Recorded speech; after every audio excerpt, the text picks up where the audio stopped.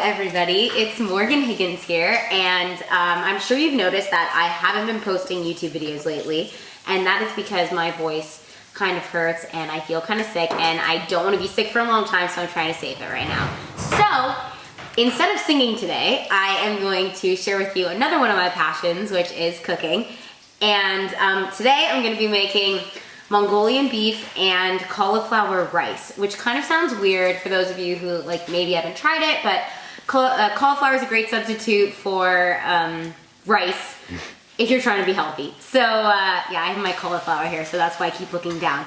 But anyway, so I hope you enjoyed this, and I'll be giving you step-by-step directions in case you guys want to make this at home.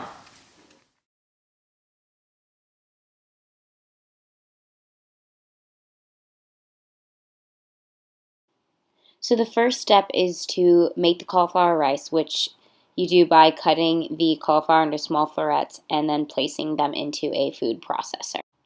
It should resemble the texture of rice when it's done. I have also done this with a cheese grater if you guys don't have a powerful blender, so just know it's possible both ways.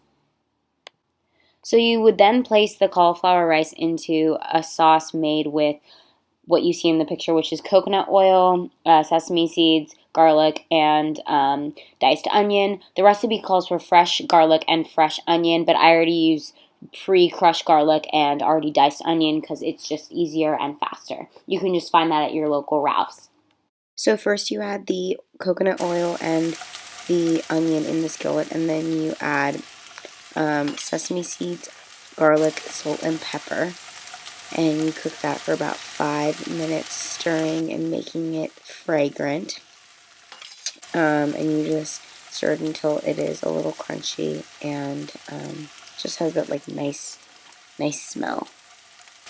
So once you've cooked the spices, then you add the cauliflower, and that's what's being shown here. You just take it straight out of the blender and pour it into the pan, and then give it a stir, mix around the onions and the garlic, and you let that cook for another 5 to 8 minutes until, it's hot and crunchy. The cauliflower rice is off to the side. You can start on the beef. Make sure you cut the flank steak against the grain so it's super tender even after you cook it. So you start off cooking the coconut oil and onions the exact same way you cooked it for the rice, just it's 2 tablespoons instead of 1, and it's the same amount of onions. So I'm really not sure why my camera would not focus when I film this, but I'll tell you what the ingredients are for this. So you mix a half a teaspoon of red pepper, a half a teaspoon of ginger, and then I did 2 tablespoons of garlic because it's 2 cloves, and then the white stuff is stevia instead of honey. The recipe calls for 1/4 cup of honey, but I don't know, I like stevia better because the flavor just works better for me. But I did add a little bit of honey in the sauce anyway. It just wasn't an exact amount. It was just a little bit.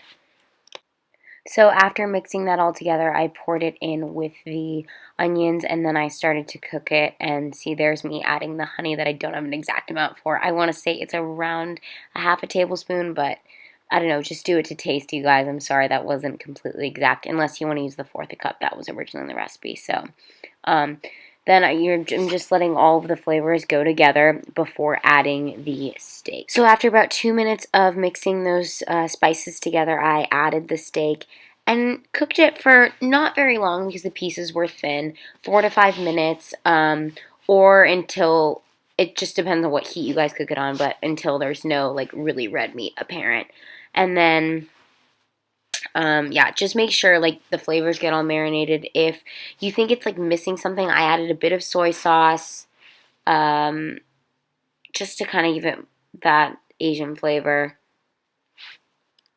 Okay, so this is the final product, and it actually turned out really, really good. I really liked it, and I will definitely be making it again. Definitely a great healthy alternative to regular Mongolian beef and rice. So I hope you guys enjoyed it. So that was me and my cooking skills. Final notes are just that if you guys are gonna make this, I did deviate from the recipe a little bit, so I will put those notes in the comment section or in the like little description box. And also, if you're gonna eat this with the cauliflower rice, I would suggest putting everything like on top of the rice, just because it gives the rice more flavor and it just makes it a more flavorful dish. So, but other than that, it was really, really good. I suggest you all try it, especially if you're trying to be healthy. So, have a great day.